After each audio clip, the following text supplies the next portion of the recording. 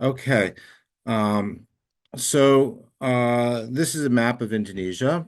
As you can see, it's an island chain of more than 6,000 inhabited islands, sandwiched in between mainland Southeast Asia. There you can see in the top left corner, it's Thailand and Vietnam, and Australia to the southeast. And it's an island chain which is kind of located in between Asia and Australasia. And wayang, the traditional puppet theater, is practiced primarily, although not exclusively, in the western part of this archipelago, centered in Java, but also with the adjacent islands of Sumatra, Borneo, Madura, Bali, Lombok, also having major forms of puppet theater related to the forms in Java. And it's a thousand-year-old heritage, which can be dated as far as there's been literacy in the island of Java. And while originally linked to religious rituals and particularly Hinduism, it's developed over the centuries and incorporated many other religious strands as well as secular forms of puppet theater as well. Um, the Dr. Walter Angst and Sir Henry Angus collection at the Yale University Art Gallery is the largest collection of puppets from Indonesia in the world. We don't have an exact count of them, but it's many thousands of puppets, and it represents all the major forms of the tradition as found in the Indonesian islands. It's a collection which was collected over 40 years by one man. Here he is, Dr. Walter Angst, who was by training a biologist, primarily a primatologist, and worked starting in the early 70s on in Indonesia as a biologist working with endangered species. And Wang was a kind of a hobby for him, a very, very serious hobby, collecting many puppets over 4 decades of time. As a trained biologist, he was interested in the preservation of the different species, as he talked about it, and genesis of puppets, which he saw as under threat by the forces of modernization. And again, as a biologist, he wasn't interested in collecting individual puppets, but whole sets of puppets used by a performer. So he would buy all the puppets which a single puppeteer owned, understanding that these puppets, as located in boxes, formed a kind of an ecosystem, and it wouldn't be meaningful just to collect one puppet out of that set. He was interested in buying whole sets to represent extant and extinct as well traditions of this theater. This is the extent of the collection as it arrived at Yale University in 2017. This room had is a space at the West Campus, the former Bayer pharmaceutical plant, and it's been used also by the Peabody in reconstructing dinosaurs. I'll give you give you a sense of the extent of this collection. Each one of those boxes you can see there has a full set of puppets ranging in numbers between 100 and 300 puppets in a box. There are primarily three kinds of puppets which were collected by Angst and which are still practiced today up to the present in Indonesia. The most famous of them are shadow puppets, known as wayang kulit. And as you can see, the puppets are made from filigreed buffalo hide, which are painted on both sides and rodded, normally with three rods, one down the middle and two ancillary rods for controlling the puppet. Um, in Java, people watch from both sides of a white cotton screen, so some people are seeing the puppets and other people are seeing the shadows, which the puppets cast upon the screen and can be seen as silhouettes from the backside of the screen. And it's always the case, or almost always traditionally the case, that there's one puppeteer who's controlling multiple puppets in a performance. A particular form performance might have 50 to 100 puppets, which are activated in a play, and accompanied by a musical ensemble who sits behind the dalang, which is what a puppeteer is called in Javanese. And this is a very particularly fine puppet. The shadow puppets are performed in very humble rural settings for villagers, but it's also a form which is performed in the royal courts. And the royal courts possess heirloom sets of puppets, sometimes dozens of heirloom sets, so thousands of puppets in some of the courts, which are made from very refined level of craftsmanship. These are considered to be pusaka or magical heirlooms in the courts. And in the Yale collection, there are a number of these very special sets of puppets which Angst was able to collect. The other major form of puppetry is the rod puppet theater or wayang golek. This is a form which has shares some of the same repertoire as the wayang kulit or the shadow puppets, but it's a more lively form, as befits these rounded, more realistic looking puppets. Uh, and in addition to the repertoire of the wayang kulit, which is mostly stories derived from India, the great Indian epics of the Mahabharata and Ramayana are staples. There are other stories which are from Javanese origin, which are performed with rod puppets.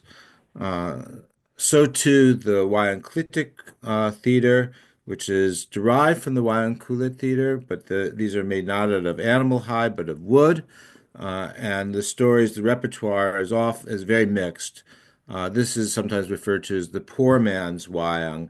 It's cheaper to hire. Many of the puppeteers historically have performed door-to-door busking, and the repertoire slants towards the local legends and fairy tales, which are less complex dramaturgically, fewer characters, more straightforward narratives, as befits the popular taste. This is now the not a very popular form of puppet theater, but it still persists in certain parts of the island of Java, and it's not found outside of Java as a rule. So the wayang kulit is found in all the adjacent islands.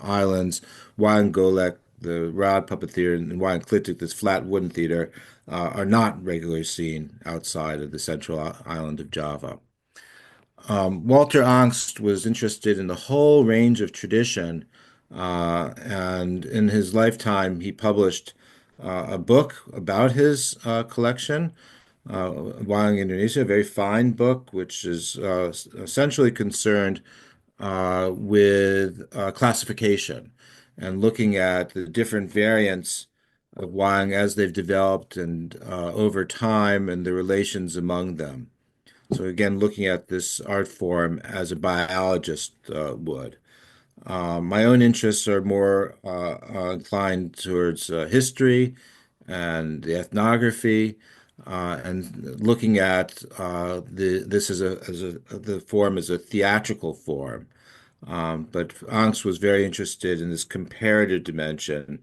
And in the book, you can see many charts like this one, which looks at this here one figure. This is Batara Guru or Shiva to South Asians in the multiple variants, which you can see in different regional traditions of the island of Java and Bali and other adjacent islands. So this is all the same character, but you can see the many variants of the same figure. Um, Angst not only collected these puppets, he lived with them. And in retirement, which was in a resort town in Uberlingen in the south of Germany, he lived in an old mill house, which his brother, the banker, Sir Henry Angst, who changed his name after moving to the UK from Angst to Angst, anglicizing it. Anyways, Walter Angst lived in his mill house with his collection taking care of it in his last days before passing from cancer.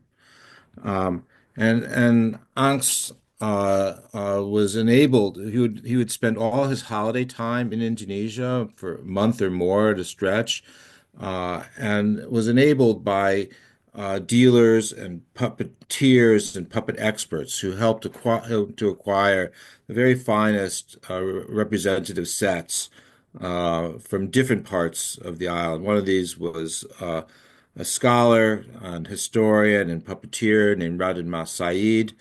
So this is his business card, who was one of uh, Walter's first assistants in the field. Another much younger man was Nanto Nanang Wicaksono, who's there to Walter's left, and now lives in Japan, where he works as a puppeteer and teacher of gamelan. Another is Lalu Nasib, who is the most popular puppeteer in the island of Lombok, which is located to the east of Bali and Java, and specialized in Islamic plays about the uncle of Muhammad, Amir Hamza, and was himself a puppet collector and assisted Walter in acquiring some very rare sets from the island of Lombok. So to focus in on among all these sets of puppets, and there are more than 130 complete sets in the collection. I wanted to choose one, which is an heirloom set formerly owned by Amat Tasripin, purchased by Walter Angst from a descendant in 2000. And it's actually a double set. I'm just showing one box here, but there are actually two boxes, full boxes of puppets, um, which are of a small size, known as Kidang Kencana. So it's not the full size, which would be used by a professional puppeteer, but a small size, as a child might encounter wayang. And indeed, um, people I talked to believe that this was a set which was given to Ahmet Tasripin by his father when he was a child or a young man. Tasripin, who gave the set, was a very wealthy businessman from the city of Semarang. His core industry, the industry which he started out with, was in the industry of leather and hides and their processing, an industry which he inherited from his grandfather. Uh, and he branched into real estate and other industries as well. And he was not only a businessman, but also very concerned with cultural matters. Semarang has a very strong, economically strong Chinese population. And Tasripin, who was Javanese and a devout Muslim, believed that he had to elevate the culture of Java in order to be on equal standing with the Chinese minority. So there was a kind of a rivalry between him and the so-called sugar lords of Semarang.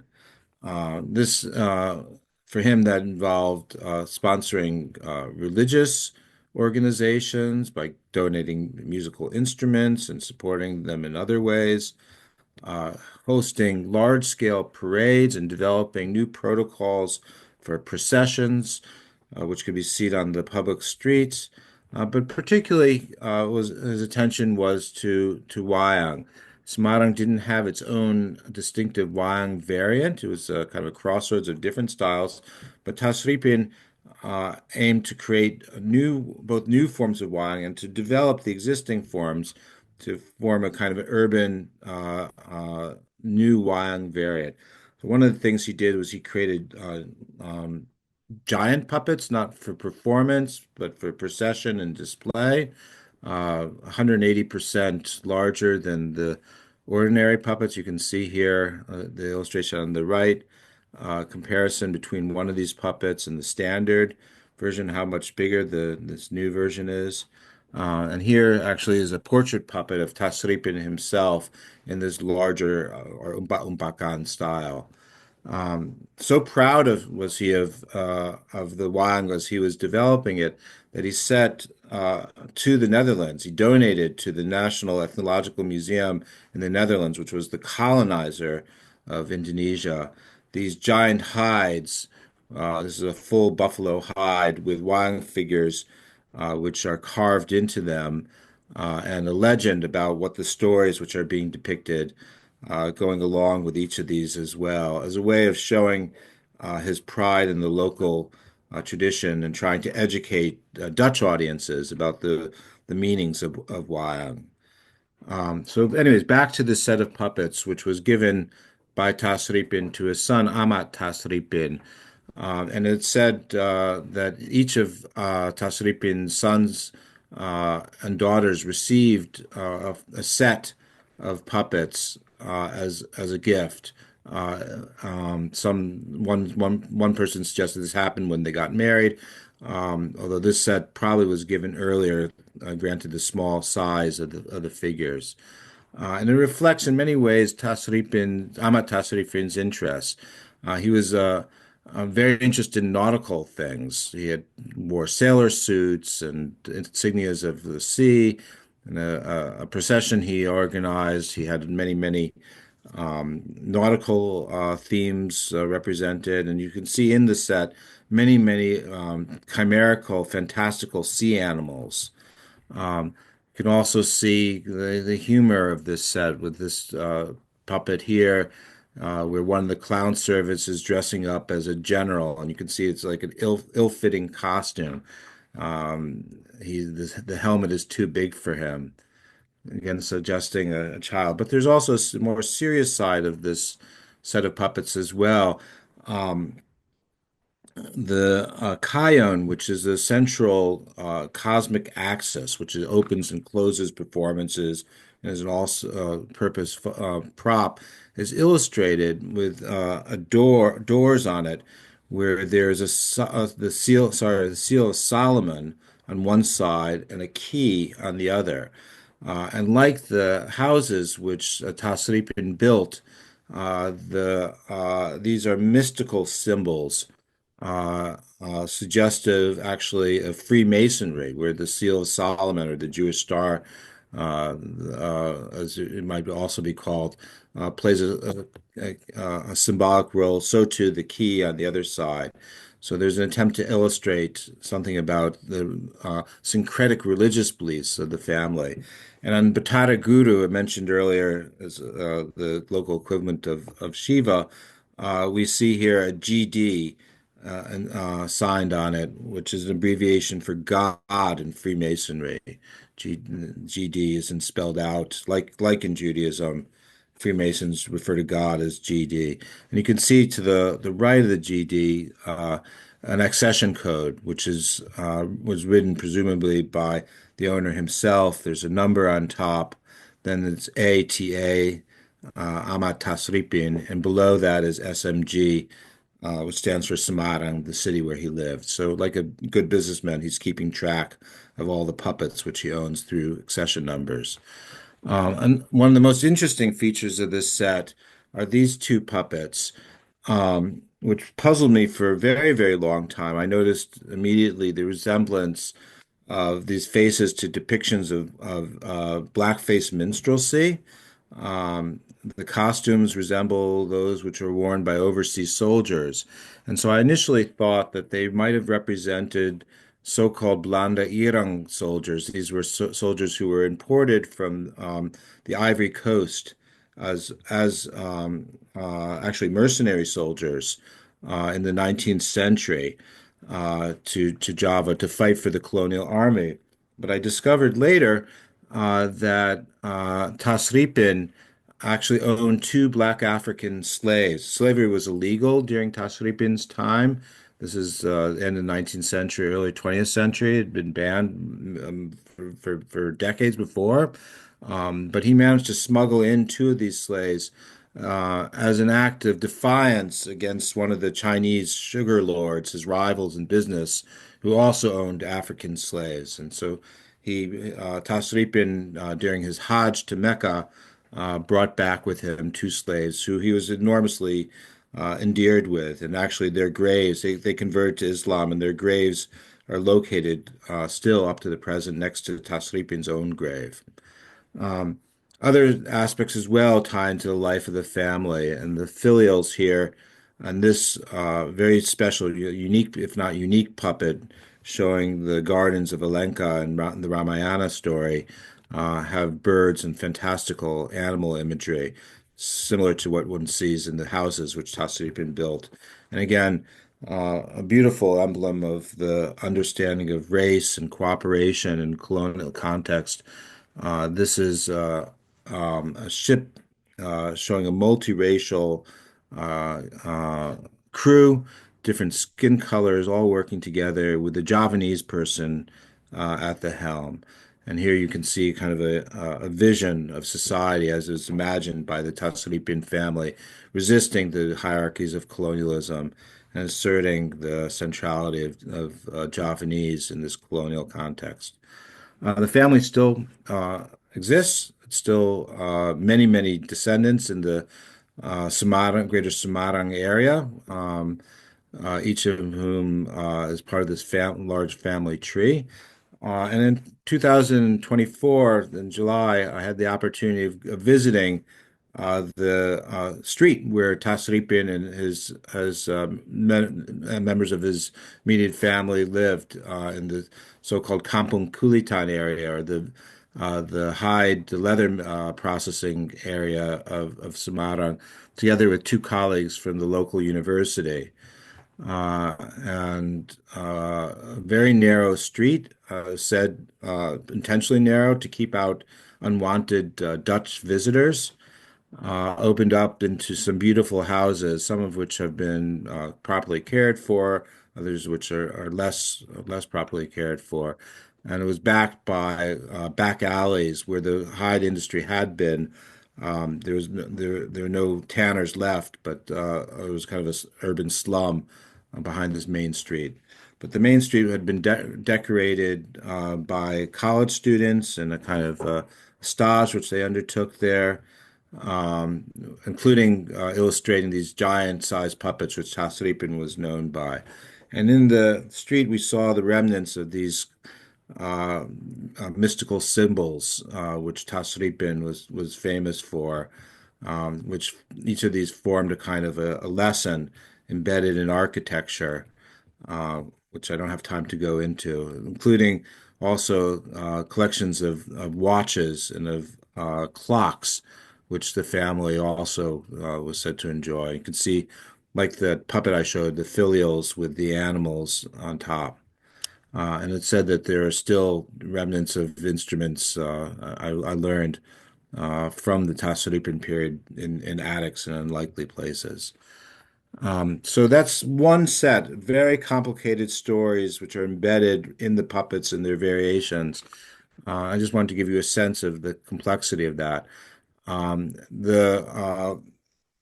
Gradually, we're making the collection more and more accessible to the public.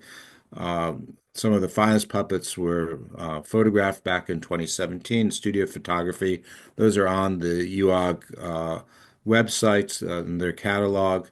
There's also has been since 2017 a display at West Campus for visitors to the open storage area. Puppets and masks and other artifacts in the collection are on display. And just this last year, we've created a small display of a couple of sets of puppets at the gallery itself on Chapel Street. So worth visiting if you find yourself in New Haven. And you can see the puppets both from the side of point of view of the puppets, as well as look at them as shadows as well. And this will be a rotating display with different compositions of puppets to be seen. And it also allows the puppeteers, the visitors to get very up close to the puppets and see the fine details of carving. So I'd like to shift gears now from these historical puppets, which still have their contemporary relevance and interest, to performances which I managed to see while in Java this last July. And many of these were in two parts of the island, in the Jogja area in the center of the island, and then in Cirebon in the west of the island.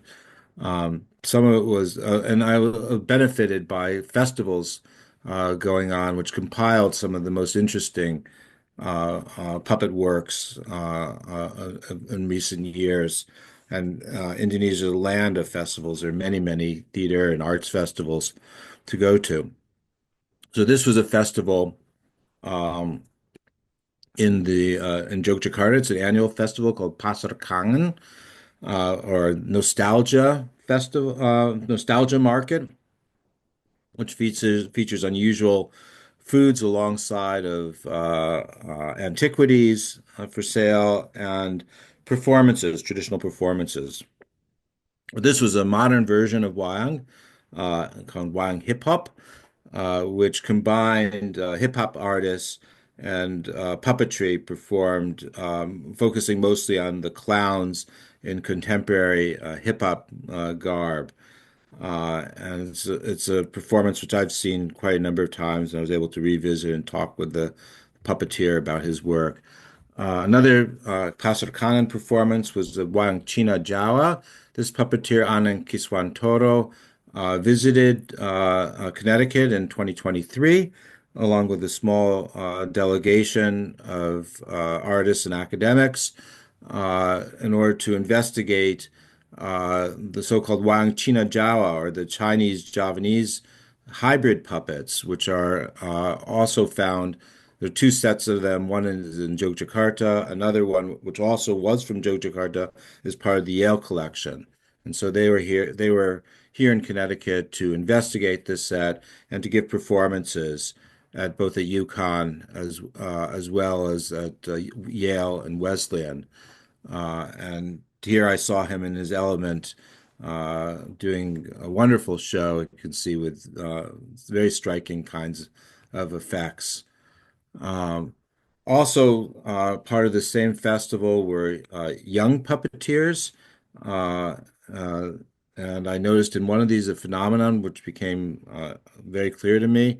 On the left, you see a woman standing here. She's called a Pasindan, or a female vocalist, and she's holding hands here with one of the male musicians, doing a little sketch. And this phenomenon of female vocalists standing up in order to sing, performing choreography, sometimes with a number of Pasindan dancing together, or sometimes doing little dramatic sketches, as you see here, had become very, very popular in the Yogyakarta region, to the degree which these scenes might take up fully half of a performance, leaving very little time actually for a puppeteer to develop a narrative, to develop a story. Some of the vocalists were unhappy about that. Many of the puppeteers were, but this has become a big fad in the local puppetry style. Um, Also, not everything was negative though. In addition to these innovative productions I mentioned earlier, I saw new understandings of how tradition might be manifest. We attended a performance in a rural area, very far from the center of Yogyakarta, in which the performer was not a man. Almost all puppeteers are men, but a woman puppeteer who had her own fan club, and this was held for an annual village fertility ceremony. With donations by the fan club of this woman puppeteer, is also very famous as a singer, and donations from people from that village who now lived abroad and in Jakarta.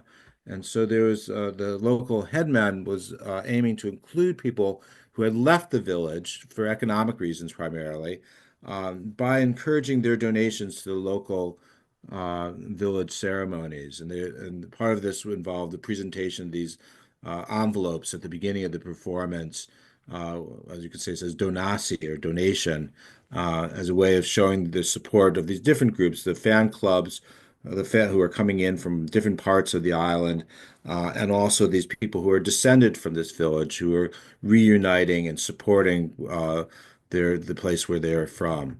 Um, Shifting to Charebone, I saw also other developments. Asap Nandar, a young puppeteer whose work I had only encountered on YouTube previously, was developing a new style where he was doing branch plays based on the characters and situations of the Mahabharata, but embedding within these branch plays original episodes, the ancient tales. So this is an episode from the local version of the Mahabharata, where one of the wives of Bhattara Guru, you can see again Shiva on the right there, has an affair with Arjuna. You can see them in the close proximity, and they're being interrupted, coitus interruptus here by the arrival of Shiva, which results in this wife being cursed. And this episode, which is well known but rarely enacted, was embedded within as a flashback within a news story which the Dalek had created. And so he had a 2 hour long flashback, more or less, within a 6 hour long play, all night play.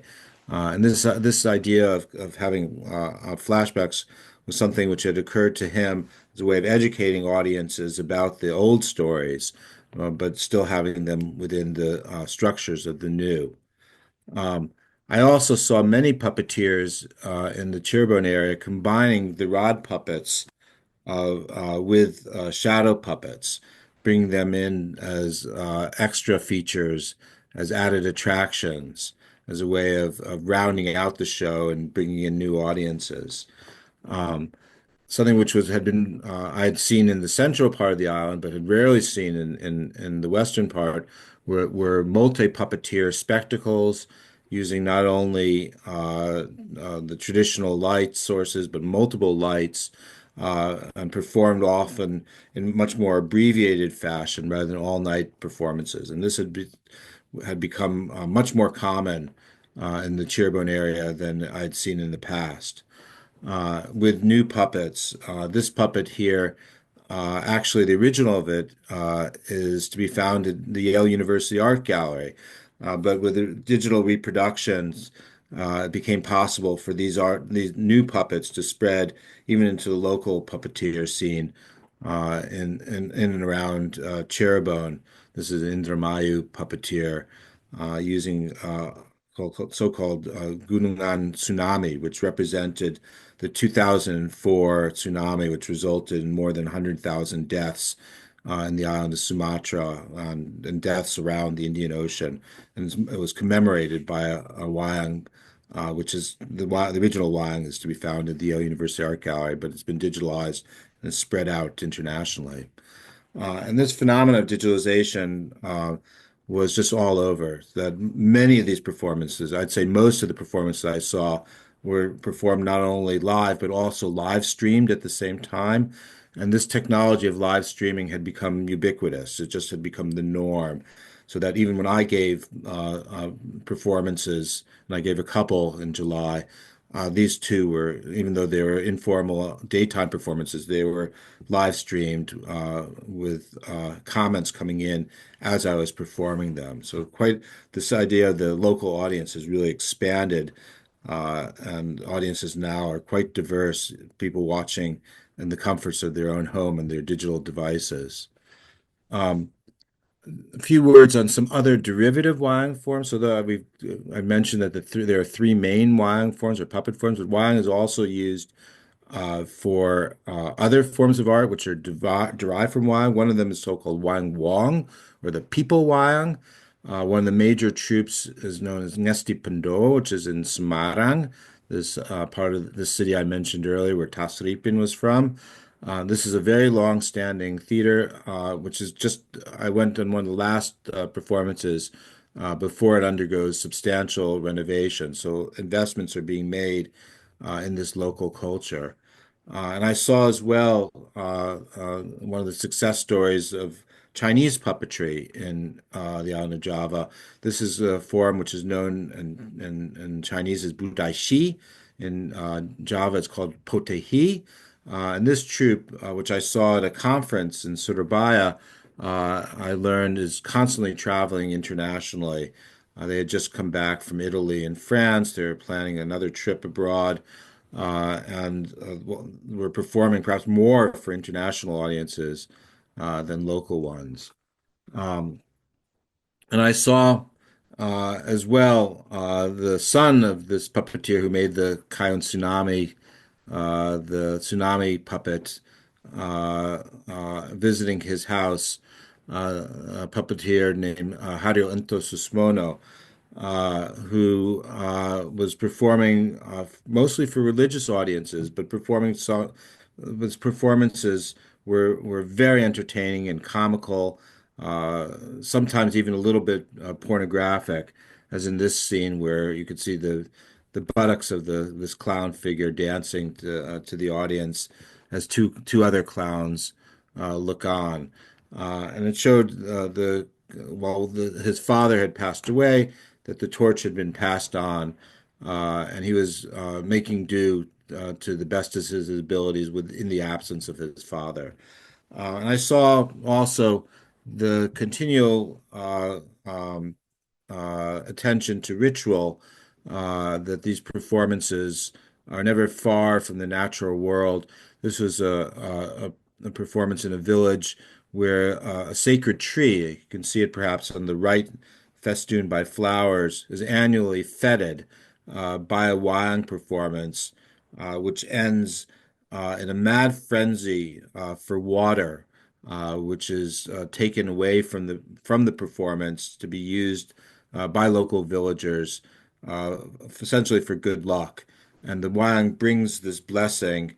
It entertains the spirits who can't be seen, but dwell in proximity to the tree, and also brings blessings to the local community. So the ritual aspects, even with all these modernization happening, are still very, very intensely felt. Um, and that brings me to the third part of my presentation today, which is on a lecture performance, which I have just premiered at UConn and at Yale, which is a collaboration with Ben Hagari, where I ask whether it's possible uh, to transport the kinds of sentiments and magic, which is associated with wayang, to a non-Indonesian setting. And wayang has been taken abroad for 100 years or more, performed almost exclusively as in the United States at least, and in secular contexts. But there's this other spiritual dimension of wayang, which is integral to its performance in Indonesia. And so in this performance, which takes the form of a lecture performance where I go back and forth between talking in the professorial voice to performing a myth and commenting about the proceedings and encouraging audience participation in various ways. I asked whether it's possible to create holy water collectively through performance and through participation. And here you can see the audience arrayed around a pool of water here with flowers sprinkled in it. It becomes a point of concentration for the this ritual action. And this performance is done with the puppets, but also with, importantly, with video taken from villages observing an annual ritual called Nadran, which blesses the fishing ships and brings prosperity to fishing communities. And I moved back and forth between being a lecturer and being a puppeteer in this performance. I just want to conclude with a couple of short clips. We are working on a video. The video hopefully will be available in the coming months. But this is a couple of clips of the performance by one of the spectators, which appeared on Facebook, just to show you the range of kind of emotions and energies of the performance. In this scene, you'll see me dancing around, raising the spirits. That is the emotions of the audience. as the audience madly tries to construct paper boats, which are going to go into this pool of water, thereby contributing to making the water sacred. So just to show you a quick clip. And in the background there, you can see toy boats going around in a little circle there. The toy boats also form decorations to the space and can be found in the vats of water.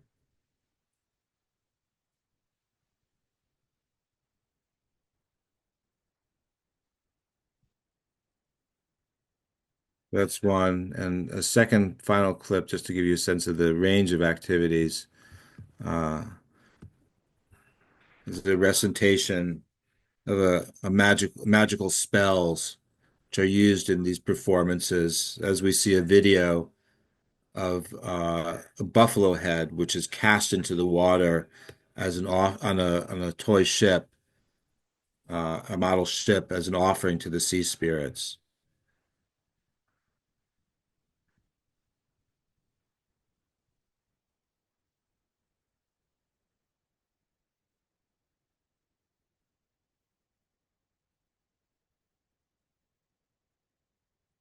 Okay, so that's where we're at right now. The three different research initiatives, one archival museum oriented, historical, a second related to what's going on in Java today, and a third which is practical and participatory, which gets at other dimensions of the performance as it exists in Indonesia, but also as it might be translated into a Connecticut context. I look Matthew is forward to questions. amazing. I mean, I'm just like, it's fantastic and intricate and artistic and just pageantry and wonderful. And I would love to see them up close. I think exactly what you had mentioned. You mentioned they're at Chapel Street somewhere. Like, are you talking about at the museum? Yes, at the museum, the Yale University Art Gallery. Okay. Thank you so much. Sure. We don't have a lot of time, but if anyone would like to ask a question, if you could put it in the chat, and then we will respond accordingly. But I see we've got some wonderful people that have joined, and Joanne is on, and we're excited to have to see that. But I mean, really, it. Thank you so much. I think it's wonderful, Well, absolutely thank you for wonderful. inviting me. Yeah, and It's a lot to also throw this. out at you. I don't know if you were able It's to a follow lot, but everything. I know Maureen is on too, and she's our archivist and is at the Peabody Museum. I Right. don't know if you know I Maureen do know, Doss, but yeah. there she is, and Hi, Hi, she's Matt. Marin. Thanks probably for doing this. she's Thank you probably so much for seen, inviting me. yeah, she's probably seen those um, shipping containers that you showed us, Yeah. which is just fascinating, fascinating. Wow. Is there any questions coming up? Oh, there is one, I think. Oh, it's from Joanne. Can you read that? I love your role of lecturer and Sure. performer.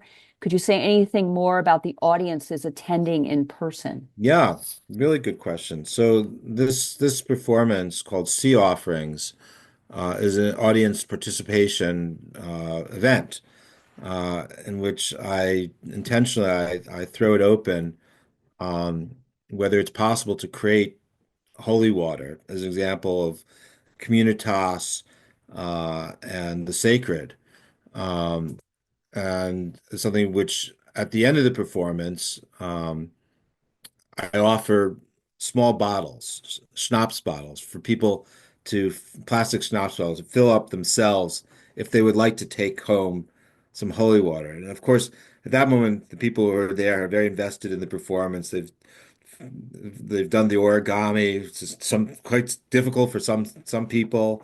They've been listening attentively. They've been asked to do various things during the performance. They've been interacting with me. And the majority of audience I saw are going to want to take home with them this holy water, which they have. So as a puppeteer, the puppeteers work to facilitate other people's beliefs and bring them into existence. It's not whether the puppeteer believes in the efficacy or the reality of the spirits, but the community requests that certain things be done. And so there's a kind of a collaboration which happens, and the people there, the audiences are, creating meaning. They are making things which are then going to be applied in their own circumstances. So I've been hearing from people as they've been taking the water, how they've been using it. And some people have been using it on trees uh, because they want the trees to be healthy on this planet. Other people were thinking about things post-election and were using the water accordingly. Somebody was saving up their water for when their significant other comes home. So it's connecting with their everyday life, and I think making something special together. So I'm really interested in this, as not because I want to heal the world, though who wouldn't want to heal the world, but because I'm interested in these questions of belief and the sacred, and yeah, I'm curious about this process of translation. Incredible. Does anyone have any other questions for Matthew? Um, Honestly, it was amazing. I felt like I went to another country, which I guess I did. Several others. It was fantastic. And I really do look forward to going to see the puppets, as many of us hopefully can. Um, and it's wonderful that Yale has them and they're right in our backyard here. And Yeah, I so know many people are not from around here, but at least those, maybe if you do visit New Haven or visit the area, you can check them out, right? yeah, but we're looking towards an exhibition. Oh, There's a small display right now in the Chapel Street Gallery, but there's an exhibition and publication mhm. which is planned down the road. Well, we'd love to invite you And to the Stony Creek Museum, I'd which, love as to you come. know, we would perhaps do something there. And whenever you can, we would love to have you. Love to Oh, host thank you you so there. much. It would be wonderful. Well, Terrific. thanks everyone. I don't think we have any other questions, and I just want to thank the Blackstone Library for the hosting today and for everyone who joined us. And once again, thank you so much, Matthew, for sharing your incredible work.